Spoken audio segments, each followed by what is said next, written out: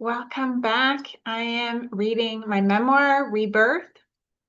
I am in chapter 18 today, so if you haven't listened from the beginning, if you just stumbled upon this video right now and you're not sure what it is I'm reading, I would recommend you go back to the beginning so that you know what I'm reading. It's my memoir around the birth of my daughter, and it's not just about birth. If you're liking my story, please make sure you like and share it so that it reaches the people who are meant to hear it. And as always, I would love to hear your thoughts, your feedback, your review as you go through this journey with me, as you're listening in, by putting whatever it is moving through you in the comments. I would love to hear, even just to know that you're here. By commenting, you let me know that you're here, which is fantastic. All right, so I'm reading chapter 18 entitled Visits. We're coming over today, my mom said when she called a few days later. After we hung up, I went downstairs to prepare the large wood-framed canvas of an elephant I'd bought for her birthday months earlier. She'd loved elephants for as long as I could remember. Her collection of statuettes spilled off shelves and tabletops. That's the downside of telling people you like something. You get it on every occasion until it becomes a burden. It had happened to me with cats in my 20s. After a failed relationship, I threw all my ceramic felines at the front door of my apartment in a symbolic purge. I didn't want anything fragile in my life anymore, no breakables or baggage. When I bought the painting, I hadn't fully considered where it would go. Leaning against the shop wall, its texture, warm palette, and quiet strength had struck me. I would have hung it in my own home. It was a statement piece, not just another trinket to squeeze into a shelf. I hoped it wouldn't become just another elephant in the room. Shrugging, I thought, she'll love it. Glancing out the front window, I saw a car pull into the driveway. Kate, Brian's daughter, and her husband Sean stepped out. I hadn't expected them, but I was thrilled. By the time I made my way to the door, they were already on the porch. I opened it. "Where's Mom?" The question blurted before I could soften it. "She wasn't feeling well," Brian said, his voice faltering. The last time I'd seen her, scars traced both her arms from wrist to elbow. She'd brushed them off, joking about wrestling with a raccoon, but her movements were jittery, her eyes refusing to meet mine. "What's wrong?" I pressed, frowning and trying to read what he wasn't saying. "She's just not feeling well. It's nothing to worry about. She said she'll come next week." His words were too precise, like rehearsed lines. His eyes darted, and the sadness behind them was unmistakable. Brian rarely hesitated, unless he was hiding something. I nodded, pursing my lips to mirror his emotions. He wasn't one to air private matters in front of others. I was grateful he came, and surprised he would visit without her. "Well, come in," I said, stepping aside. We exchanged warm hugs, the kind that stretched past politeness into something meaningful. I led them to the living room, where Evelyn slept soundly in her bassinet. "Do you want to hold her?" I asked, turning to Brian. "Do I?" His eyes lit up like a child at Christmas. Still wrapped in her hospital blanket, Evelyn looked impossibly tiny in his arms. Mallow snapped a photo to capture the moment, Grandpa's first encounter. It warmed me to witness this. Family visits were rare. "Would anyone mind if I showered while you're here?" I asked. I wanted to be with them, but I was also in dire need of washing. As a new mom, I had very few opportunities to shower without the baby waking up mid-cleaning. They unanimously agreed without hesitation. Gratitude pierced me like spring light through a window. I rushed downstairs to the bathroom under the living room. Their muffled voices drifted down as I stepped into the water. For the first time in what felt like forever, I felt clean. But when I turned the water off, something in Maudo's voice floated through the ceiling as he retold events surrounding Evelyn's birth. It hit a nerve that was still far too raw. Before I knew it, I was shouting my version through the ceiling vents, words bursting out like steam. Brian's presence emboldened me to speak openly. I knew he would stand up for me. That was one of Brian's virtues, though often a flaw. standing strongly by my mother's side, regardless of whether she was right or wrong. Brian was one of the few people who truly saw and valued me, but his loyalty was, above all, to my mother. Years earlier, when I still lived with them, my mother and I had clashed as usual. Afterwards, Brian and I talked in the car. She gets stuck on ideas, he'd said, no matter how irrational. That's exactly what I see, I replied, stunned by the relief of being understood. Don't worry, he'd said. I get it. But a few months later, when another incident arose and I referenced that same conversation, he cut me off. Do not ever use that as an excuse, he said. His voice was sharp, final. I was stunned. The ground shifted beneath me. I knew he still saw what I saw, but he wasn't going to side against her. Today felt different. She wasn't here, and it had nothing to do with her, so this was my chance to be heard. I toweled off, brushed my hair, slipped into fresh pajamas, and hurried upstairs, feeling much lighter. I had so much to share about Evelyn's birth story. Before I could begin, they stood up, almost in unison, and voiced their concerns about staying too long. A feeling of abandonment swept over me as I protested, but they wouldn't hear it. I nodded, understanding. I didn't want to burden them. As they got ready to leave, I showed Brian the elephant picture.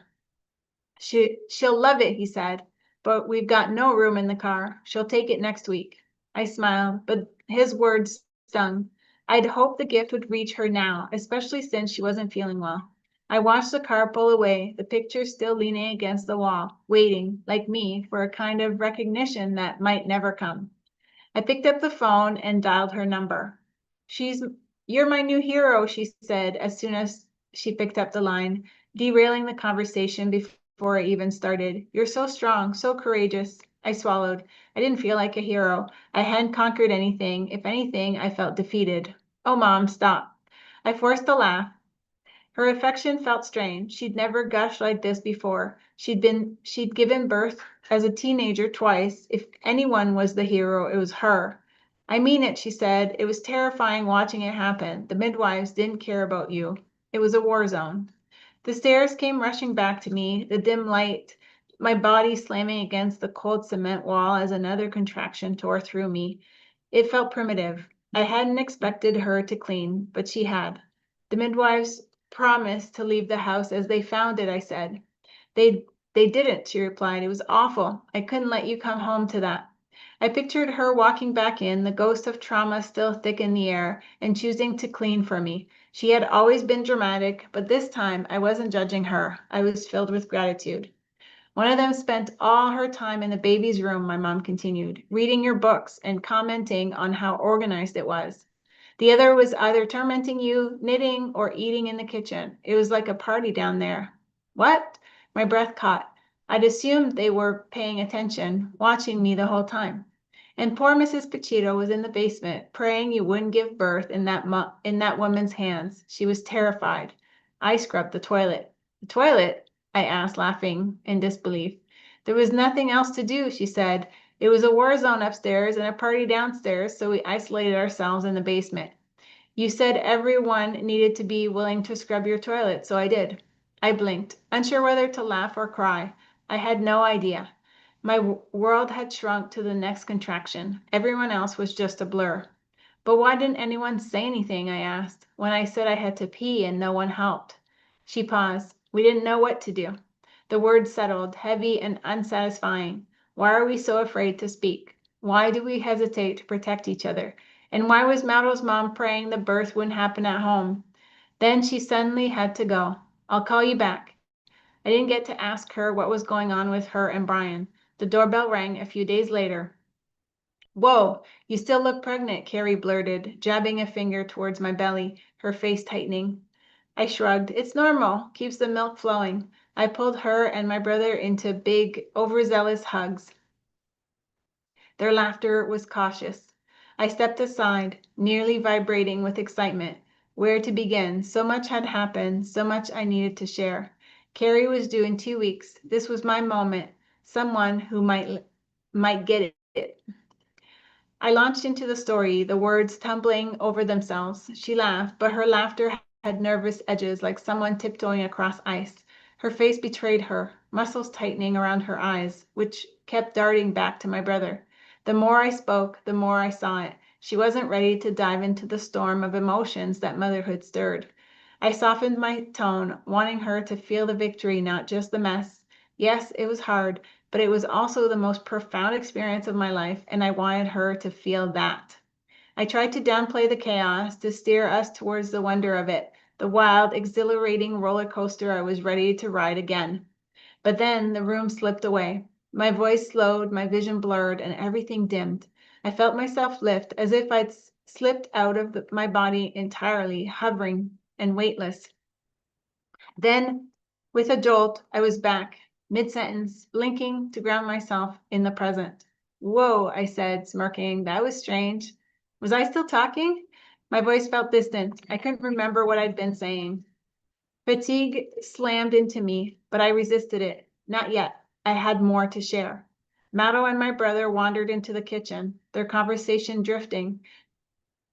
I caught, "It's girl stuff," muttered under my brother's breath. Mato nodded, already disengaged. I kept talking, desperate to hold Carrie in the moment to make her feel what I'd felt. Eventually, the men left us alone, disappearing up the stairs for a moment. When my brother returned, his face was pinched. You're leaking," he said, pointing at my chest. Leaking? I looked down, confused. 2 wet circles had soaked through my shirt. Breast milk. I wasn't embarrassed, but the interruption annoyed me. The spell was broken. My brother's awkwardness was a cue, and it was time to wrap things up. I excused myself, heading upstairs as I heard him whisper to Mauro we should let her rest. I felt the familiar heaviness of disappointment, the feeling of reaching for connection only to grasp empty air. I had so much more to share, but the door closed behind them, final and heavy. I sank into the quiet. My hopes for this visit to bond, to share, and to cheer Carrie on in her upcoming adventure were shattered. I'd hoped she would see it all, the beauty, the chaos, the transformation, but it wasn't meant to be. Not today. And that is chapter 18 of the memoir Rebirth. I'm reading chapter by chapter here. If you like the story that I'm sharing, please be sure to like and share this video.